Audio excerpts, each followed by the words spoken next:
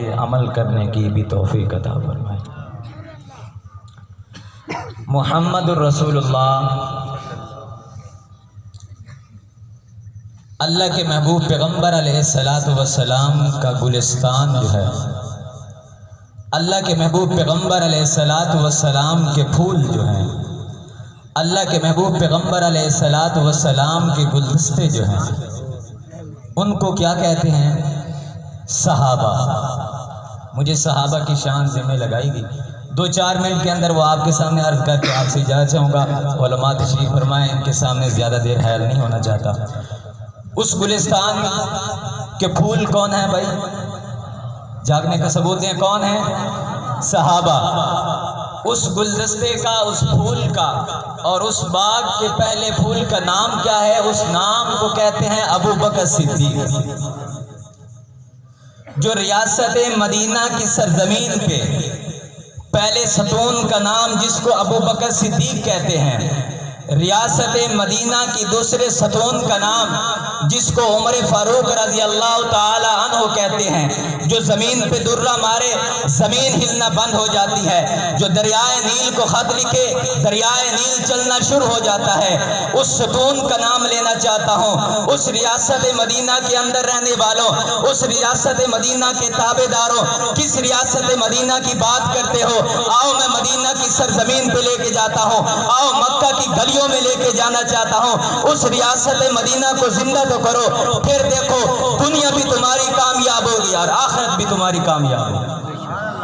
اس ریاست مدینہ کا کام تو کر کے دکھاؤ، جس ریاست مدینہ کے اندر وقت کے امیر المومنین خلیفۃ المسلمین کہتے ہیں اگر آج اس دریا کے کنارے پہ ایک کتا پیاسا مر گیا تو قیامت والے دن عمر سے حساب مانگا جائے۔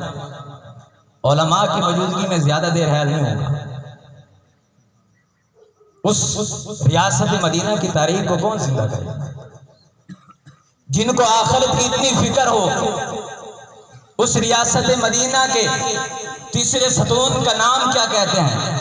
جس کو حضرت عثمان غنی رضی اللہ تعالی عنہ کہا جاتا ہے، وہ عثمان جس کے لیے میرے محبوب پیغمبر علیہ السلام نے کہا اگر میری 40 بیٹیاں ہوتی، ایک وفات پا جاتی، دوسری عثمان کے نکاح میں، دوسری وفات پا جاتی، تیسری عثمان کے نکاح میں دے دیتا، اس سے مجھے اچھا داماد نہیں ملے گا۔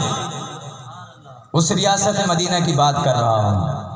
وہ علی جس کو اللہ تبارک و تعالی نے خیبر کا در اکھاڑنے کی قوت دی تھی، وہ علی جس نے کربلا کے اندر اپنے جوان دے دیے، وہ علی جس کا بیٹا حسین کٹتا ہوا نظر آتا ہے، ایک دیتا ہوا نظر نہیں آتا، 72 کشتے ہوئے نظر آتے ہیں، تیروں کی بچھاڑ کے اندر قرآن کی صدا لگاتے ہوئے نظر آتے ہیں، قال رسول اللہ پڑھتے نظر آتے ہیں۔ اس حسین کا تذکرہ کرتا ہوں، اس نبوت والے گلستان کا تذکرہ کرتا ہوں، ان پھولوں کا تذکرہ کرتا ہوں، ان وراثت مدینہ کی بات کرتا ہوں جو ریاست مدینہ کے اصل ستونوں کا نام ہے، جنہوں نے بتا دیا ہے ریاست مدینہ ایسے ہوا کرتی ہے جو تیر چلتے رہے قرآن کی صدا آتی رہی، جو خنجر مارتے رہے قرآن کی صدا آتی رہی، وہ ریاست مدینہ تھی۔ آج کیا ریاست مدینہ ہے؟ اذانوں کو بند کر دیا، مساجد کو بند کر دیا، مدارس کو بند کر دیا۔ یہ کیا ریاست مدینہ ہے؟ جب مدارس بند ہو جائیں گے، جب قرآن کی صدا کو دبایا جائے گا، اس وقت اللہ کا عذاب نہیں آئے گا تو اور کیا آئے گا؟ اس وقت ہم اللہ کے عذاب کے مستحق ہوں گے، اللہ کی رحمت کے مستحق نہ بنے۔ ریاست مدینہ تھی، اس ابو بکر صدیق رضی اللہ تعالی عنہ سے چلنے والی امام حسین تک پہنچی، وہ امیر معاویہ جس کو میرے محبوب پیغمبر علیہ السلام نے کاتب وحی کہا، وہ امیر معاویہ۔ آج ان کا نام لینے سے ہم ڈرتے ہیں، یاروں صحابہ کا نام لینے سے ڈرتے ہو؟ جاؤ عادل جیسا کام کر کے دیکھو، جس عادل نے کراچی کی سرزمین پہ سنی قوم کو بیدار کر دیا تھا، اگر اس نے جان دی ہے خدا کی قسم اس کی قبر سے جنت کی خوشبو آئی ہے۔ آؤ جنگ کی سرزمین پہ چلے، اسی شور کوٹ پہ تمہیں دکھاتا ہوں جس نے صحابہ کی عزت کے لیے جان دی ہے، وہ مختار سیال کی قبر دکھاتا ہوں، جامعہ محمودیہ میں نظر آتی ہے۔ آج اس کا شہزادہ سٹیج پہ بیٹھا ہوا نظر آتا ہے، صدا لگاتا ہوا نظر آتا ہے،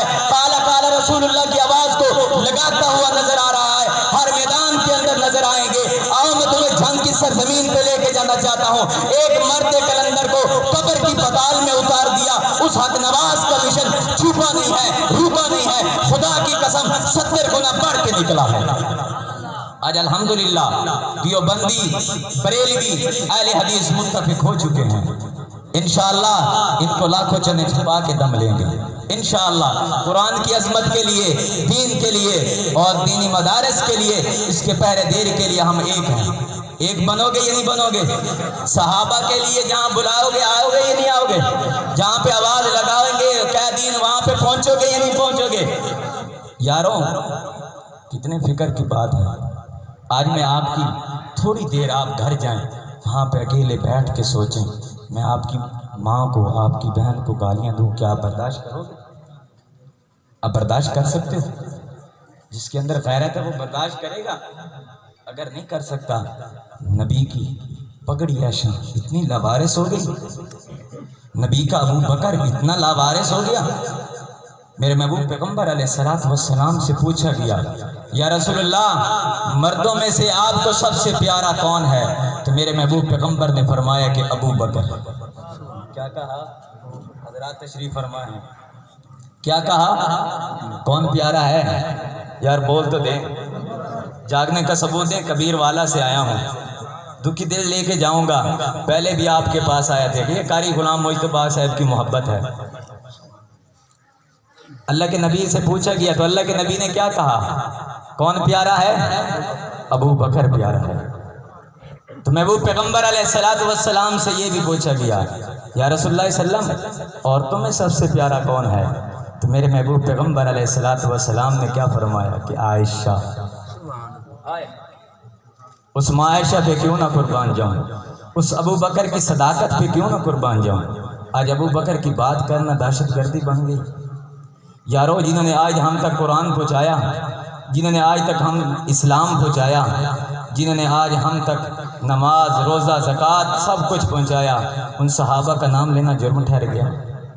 ان صحابہ کو چوک اور چراہوں پہ گالیاں دو، پھر ہمیں کہو کہ چپ کر کے گھروں میں بیٹھ جاؤ۔ خدا کی قسم روٹی کے بغیر گزارا ہو سکتا ہے، ماں باپ کے بغیر گزارا ہو سکتا ہے، دوست کے بغیر گزارا ہو سکتا ہے، چلنے اور پھرنے کے بغیر گزارا ہو سکتا ہے، لیکن صدیق کے بغیر گزارا نہیں ہو سکتا، کسی صورت میں نہیں ہو سکتا۔ آج اس ماں عائشہ کے لیے میں آپ سے جھولی پھیلا کے بھیک مانگ رہا ہوں، صحابہ کی عظمت کے لیے۔ سنی نوجوانوں، یہ جوانی ایکسیڈنٹ میں مک جانی ہے، یہ جوانی روڈوں پہ ختم ہو جانی ہے، آخر ایک نہ ایک دن موت آ جانی ہے۔ اگر یہ ہماری جوانی صحابہ کی عزت میں لگ جائے، یہ جوانی صحابہ کی ناموس میں ہم اگر کٹ کے چلے گئے، خدا کی قسم اللہ کے رحمت والے فرشتے بھی تم پہ ناز کریں گے۔ یارو صحابہ کی تاریخ کو زندہ تو کرو، خدا کی قسم دنیا تمہارے قدم چومے، دنیا تمہارے قدم چومے۔ آج اصحاب رسول کو گالیاں دی جائیں، ہم گھروں میں سکون سے سوئے ہوئے۔ یارو ہماری ماں بہن کو گالی دی، ہم کلاشن اٹھا کے روڈوں پہ آتے ہیں۔ اصحاب رسول کے اوپر تبرہ کیا جائے، ہمیں کہتے ہو خاموش ہو جاؤ۔ خدا کی قسم کسی صورت میں نہیں ہو سکتا، کسی صورت میں نہیں ہو سکتا۔ میں آخر میں انہی کا نام لوں گا جنہوں نے ان کے لیے جان دے دی۔ جو عادل نے جرم کیا، میں وہ جرم کرنا چاہتا ہوں۔ جو سمیع الحق نے جرم کیا، میں وہی جرم کرنا چاہتا ہوں۔ 83 سال کی عمر میں مولانا سمیع الحق شہید رحمت اللہ علیہ نے اسلام آباد کی سرزمین پہ اپنی جان دے کے بتا دیا تھا۔ جاؤ حضرت عثمان غنی رضی اللہ تعالی عنہ کی تاریخ کو پڑھ لو۔ حضرت عثمان غنی کی عمر بھی 83 سال تھی۔ حضرت عثمان غنی کو جمعے کے دن شہادت ملی، عصر کی نماز کے بعد ملی۔ جاؤ سمیع الحق کو مغرب کی نماز کے بعد شہادت ملی۔ چھری اور خنجروں کے ساتھ وار کیے گئے، میرے مظلوم عثمان کے اوپر بھی چھری اور خنجروں کے وار کیے گئے۔ آؤ میں آپ کو کراچی کی سرزمین پہ لے کے جانا چاہتا ہوں، جس عادل نے آپ کے اسی ہفتے کے اندر جان دی ہے صحابہ کی عزت کے لیے، جو کامیاب ہو کر جنت میں چلا گیا، جن کے لیے صحابہ اکرام کھڑے ہوں گے قطاروں میں، بلا رہے ہوں گے کہ عادل آج ہماری ناموس پہ کٹ کے آ گیا۔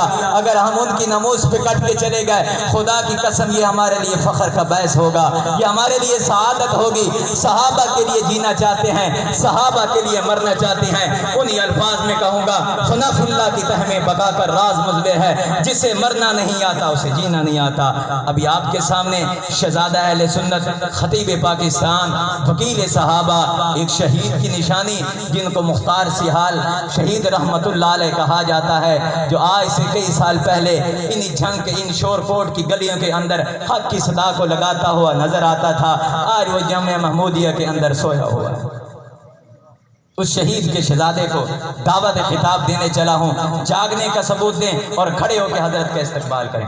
مسجد کی بے ادبی نہ ہو، کھڑے ہو کے اس کے لیے استقبال کریں۔ نعرے تکبیر، شان صحابہ، مقام صحابہ، عزت صحابہ، شان مصطفیٰ، مقام مصطفیٰ، مرتبہ مصطفیٰ، ختم نبوت، ختم نبوت، شان صحابہ، نعرے تکبیر۔